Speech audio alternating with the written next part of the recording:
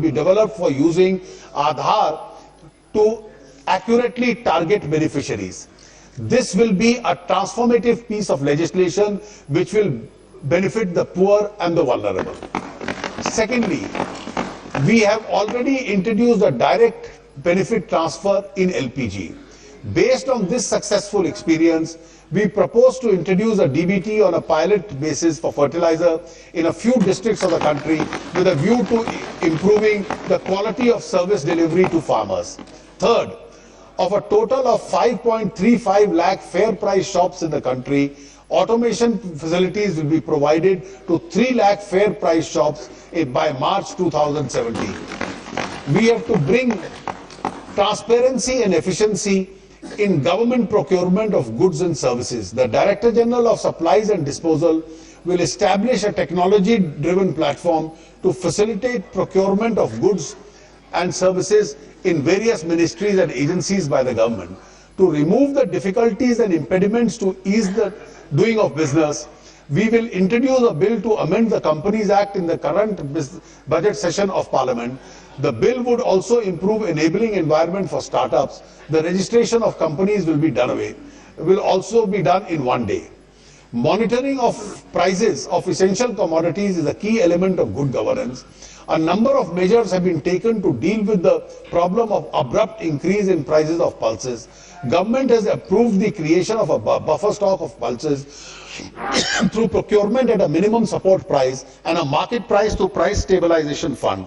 The fund has been provided with a corpus of rupees 900 crores to support the market intervention. Madam Speaker, for good governance, we have to capitalize on country's unity in diversity.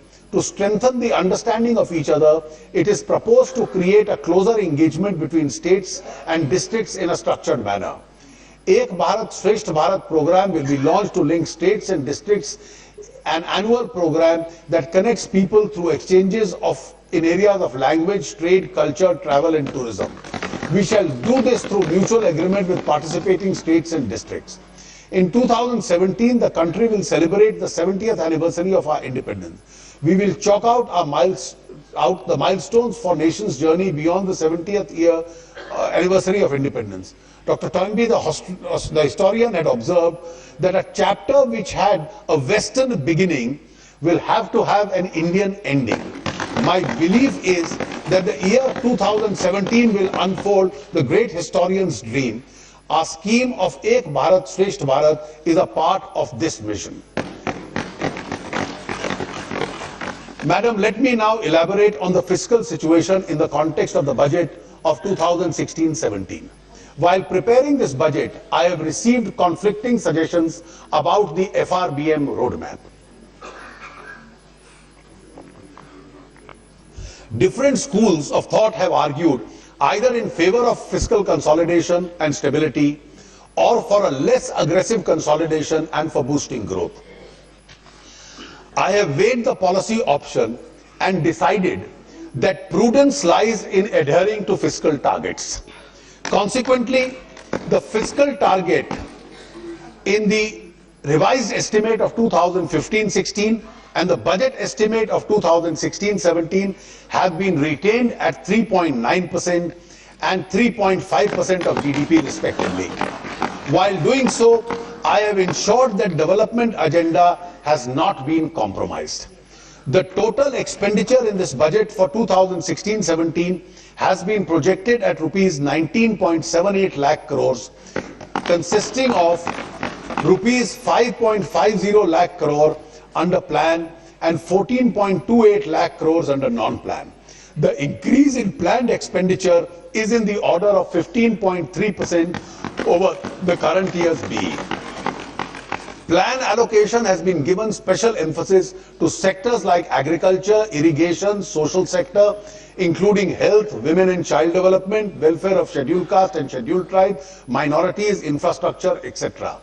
Continuing with the policy of higher empowering states, the total resources being transferred to the states are to 99,681 crores more than RE of 15-16 and rupees 2,46,024 crores more than the actuals of 2014-15. Details of allocations in certain vital sector schemes and transfer to the states are given in Annexure 3 to the speech. This is the last year of the 12th plan. Successive committees have questioned the merit in having a plan and a non-plan classification of the government expenditure. A broad understanding over the years has been that planned expenditures are good and non-planned expenditures are bad. This results in a skewed allocation in the budget. We need to correct this and give greater focus to revenue and capital classification of government expenditure. We have therefore decided that the non-planned classification will be done away with from fiscal 2017-18. The Finance Ministry will closely work with the state finance departments and align central state budgets in this regard. To improve the quality of government expenditure, every new scheme sanctioned by the government will have a sunset date and an outcome review. A redeeming feature of this year's budget is that we have improved upon the revenue deficit target from 2.8% to 2.5% of GDP in the RE of 2015-16. The FRBM Act has been under implementation for more than a decade. Both central and state governments have made significant gains from the implementation of this act. There is now a school of thought which believes that instead of a fixed number as a fiscal target, it may be better to have a fiscal target range as the target, which would give necessary policy space to the government to deal with dynamic situation. There is also a suggestion that fiscal expansion or contraction should be aligned with credit contraction or expansion respectively in the economy. While remaining committed to fiscal prudence and consolidation, a time has come to review the working of the FRBM Act, especially in the context of uncertainty and volatility, which have become the new norm of the global economy. I therefore propose to set up and constitute a committee to review the implementation of the FRBM and give its recommendation on the way forward. As honourable members are aware, the 7th Pay Commission has submitted its report. Following the past practice, a committee has been constituted to examine the report and give its recommendations. In the meanwhile, I have made necessary interim provisions in the budget. We have rationalized and restructured more than 1,500 central planned schemes into about 300 central sector and 30 centrally sponsored schemes. This will avoid overlapping of expenditure. I reiterate that I remain committed to the financial requirements arising out of the economic packages that have been announced by our government and also commitments emanating from the reorganization of the states. I have also allocated an initial sum of rupees 100 crores each for celebrating the birth anniversary of Pandit Deen Dayal Upadhyay and the 350th birth anniversary of Guru Gobind Singh Ji. Tax reforms. I shall now turn to tax reform, which is elaborated in Part B of my budget scheme. Madam Speaker, I shall now present my tax proposals. The government acknowledges the role of the taxpayer in the nation building. Each rupee of the tax contributes towards the government's effort to provide a better infrastructure, rural revival and social well-being. Taxation is a major tool to the government for removing poverty and inequality from the society. The posterity will not forgive us if we do not use this opportunity in this perspective. The thrust of my tax proposals this year falls in 9 categories. 1. Relief to small taxpayer. 2. Measures to boost growth and employment generation. 3. Incentivizing domestic value additions to help make in India. 4. Measures for moving the pension society. 5. Measures for promoting affordable housing. 6. Additional resource mobilization for agriculture, rural economy and clean environment. 7. Reducing litigation and providing certainty in taxation. 8. Simplification and rationalization of taxation. 9. Use of technology for creating accountability. Relief to small taxpayer. In order to lessen the burden on individuals with income not exceeding 5 lakhs, I propose the ceiling of tax rebate under section 87A from 2,000 to rupees 5,000. There are more than 2 crore taxpayers in this category who will get a relief of rupees 3,000 in their tax liability. The people who do not have any house of their own and do not get any house rent allowance from their employer today get a reduction of rupees 24,000 per annum in their income to compensate them for the rent they pay.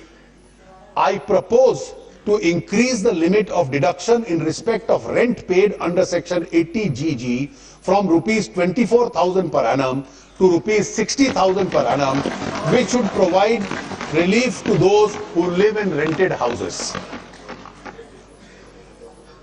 The next, madam, is important.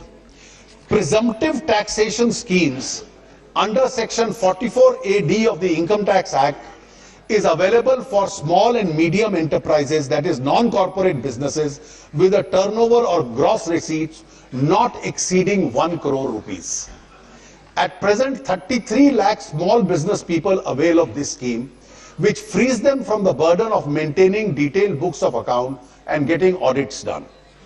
I propose to increase the turnover limit under this scheme to rupees 2 crores, which will bring big relief to a category of assessees in the MSME category. That is to say, anyone with a turnover in business of 2 crores, there will be a presumptive income of 8%. I also propose to extend the presumptive income taxation scheme to all professionals with gross receipts up to 50 lakhs with a presumption of profit